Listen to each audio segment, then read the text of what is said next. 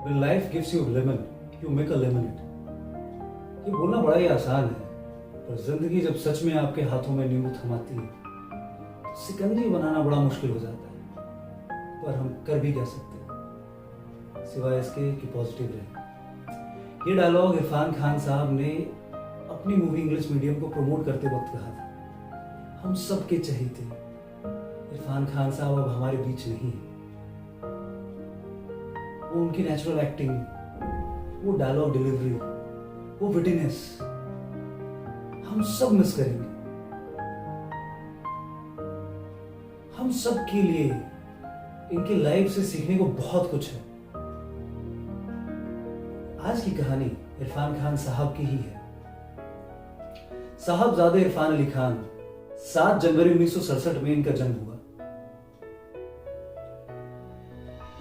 दुबले पतले से, सांवले से, शर्मीले से, बड़े आंखों वाले। जब उन्होंने एक्टर बनने का सपना देखा होगा तो सपने को भी एक बार इन पे हंसी आ गई होगी। पर ये तो ठहरे जुनूनी इरफान खान साहब,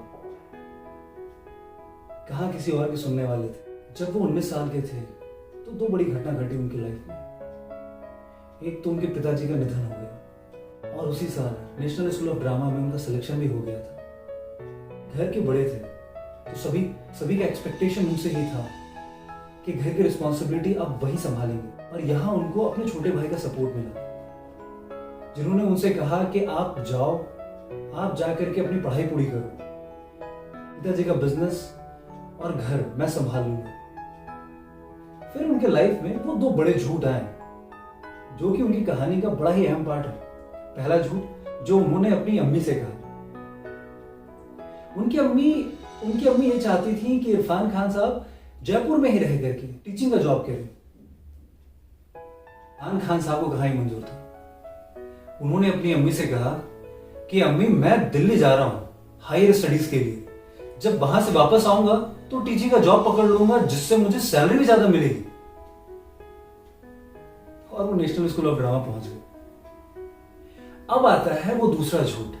जब नेशनल स्कूल ऑफ ड्रामा में उनसे पूछा गया कि क्या उन्होंने पहले कभी थिएटर किया है, जो कि एडमिशन के लिए बड़ा ही इंपॉर्टेंट भी था, तो उन्होंने उनसे कह दिया कि हाँ उन्होंने थिएटर कर रखा है, जो कि ये झूठ था। इरफान खान साहब हमेशा से डेस्परेट रहे खुद को बेहतर बनाने के लिए।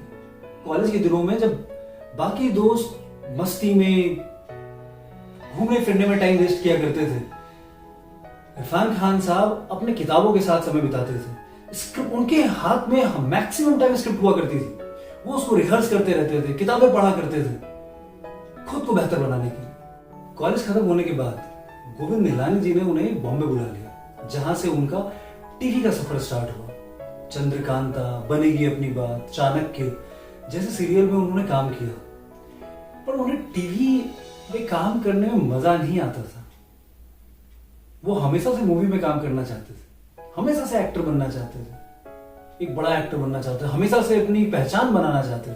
वैसे तो 1988 में मीरा नायर जी की मूवी सलाम बॉम्बे में उन्हें पहला ब्रेक मिला, पर हासिल को वो अपना पहला ब्रेक मानते थे, जिसमें उन्हें बेस्ट फिल्म का अवार्ड भी मिला। पर इंडस्ट्री में उनकी जर्नी इतनी आसान नहीं रही। काफी सारे रिजेक्शंस का उनको सामना करना पड़ा, बहुत हाथ पैर मारा। लोग उनकी एक्टिंग की तो तारीफ करते थे, लेकिन हाँ लीड रोल के लायक उनको नहीं समझते थे। फिर एक लंबे समय के बाद रोक, the namesake, Maqbool, the lunch box, Piku, inferno, slum dog millionaire जैसी बड़ी मूवीज उनको मिली। और आज पूरी दुनिया उनकी एक्टिंग की फैन है। उनकी लाइफ हमें 3 बातें सिखाती है। पहला, उन्होंने खुद को एक्सेप्ट किया। उन्होंने किसी को कॉपी पेस्ट नहीं किया है। वो मानते भी थे कि आप जो हो वैसे ही सामने आओ, और जब सामने वाला आपको सच्चा महसूस करेगा तो आपकी बातें उनके दिल तक पहुंचेगी। और शायद इसी कारण उनकी एक्टिंग हम सबके दिलों में घर कर चुकी है। दूसरा लेसन, वो पागलपन, वो जुनून किसी भी चीज को पाने की, हमने जो सपना देखा है उसे पूरा करने की, फिर चाहे उसके लिए हमें झूठ कहना पड़े, मगर वो झूठ किसी का बुरा ना कर रहा, लगातार खुद पे मेहनत करना, जो आपके पास समय है उसको बेस्ट यूटिलाइज करना, अपने स्किल्स को डेवलप करना, फिर चाहे कितने स्ट्रगल्स आ जाए, ये आपको आपकी मंजिल तक लेके जाएगा। थर्ड लेसन जो इनकी लाइफ से सीखने को मिलता है वो है परसिस्टेंस। लगातार खुद पे मेहनत करना, कितने भी रिजेक्शंस आपको फेस करने मिले पर अपने सपनों पे हार नहीं मानना। कई वर्ष लग गए उनको अपना फर्स्ट ब्रेक मिलने के लिए, कई वर्ष लग गए वो रिकॉग्निशन पाने के लिए। वैसे तो इनकी लाइफ हमें काफी कुछ सिखाती है, बट मैंने इनकी लाइफ से ये 3 बेस्ट चीज जो मुझे अच्छा लगा मैंने वो निकाला और आप तक पहुंचाने की कोशिश करी है। अगर आपको ये कहानी पसंद आई हो तो उसे लाइक करना ना भूलें, मेरे चैनल को सब्सक्राइब करें ताकि मैं आप तक और ऐसे इंस्पिरेशनल स्टोरीज पहुंचा पाऊं। Thank you friends.